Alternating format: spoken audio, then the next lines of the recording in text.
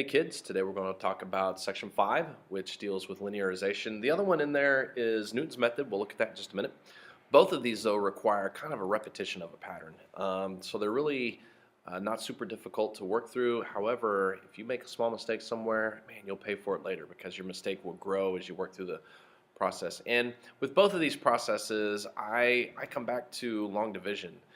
So if you've got like 65 and you do some long division and 3,286, you've got to figure out how this works. So you're going to start with like maybe 4 or 3 or I don't know, and you multiply, and then you carry 2, and that's totally not going to work because that's too big. But you get the point here. So then you subtract and get a thing, and 720 or whatever, and then bring down an 8. So it just goes on and on and on. Well, when you do linearization, you're taking a pattern and repeating it, and so we just need to figure out what that pattern is to go with it. All right, and what the pattern does is it tells us if we've got a differentiable equation at a specific point, we can take a derivative at this specific point, then we can find the tangent line by looking at the function at that point times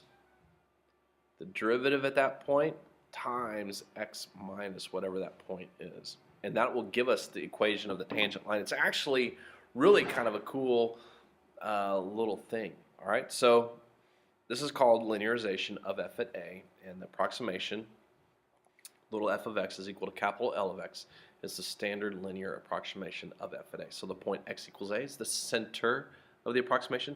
And basically what we're saying is if you zoom in really close at this point where we're looking at a tangent line, really close on that point, when you look at a graph of that, it looks like a straight line. So even if we had the graph of a parabola here,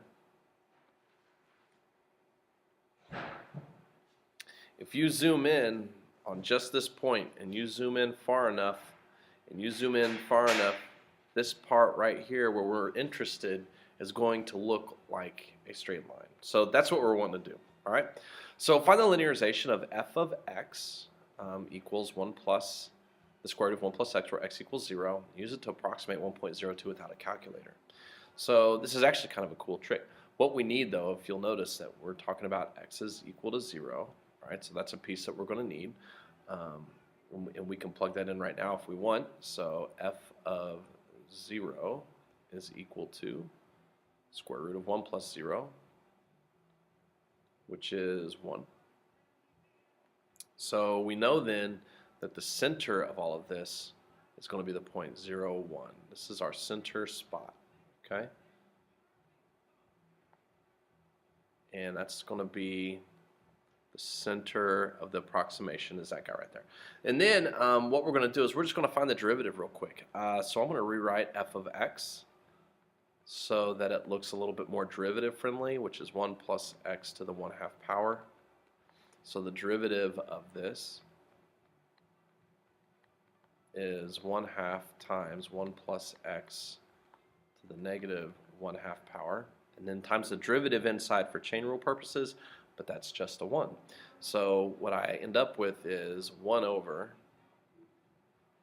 2 times the square root of 1 plus x. That's my derivative. That's this part right here. We just found this part right here. So now I need the derivative at 0. And that's going to be this whole part right here, the derivative at 0. That's that guy. Okay, and so that's going to be 1 over 2 times the square root of 1 plus 0, which is going to be 1 over 2 times the square root of 1, which is 1 over 2. So there's that guy, all right? So the linearization then, the linearization, L of x, is going to be equal to 1 plus f prime of that times x minus 0, which in this case is just going to be equal to 1 plus 1/2 x. So that's the linearization at the center of all of this, of what's going on. So what are we doing? We're taking the square root of 1 plus x and graphing it. We're looking at 0, and we're finding a tangent line at that point. When we get to that tangent line, it would be represented by this guy right here. So if we zoom in close enough to our graph, that's what it's going to look like. Now, we want to approximate the square root of 1.02. So what we're going to do then is we're going to look at all this information again, but now instead of f being 0, we're going to look at f of not 0 anymore, but what? F of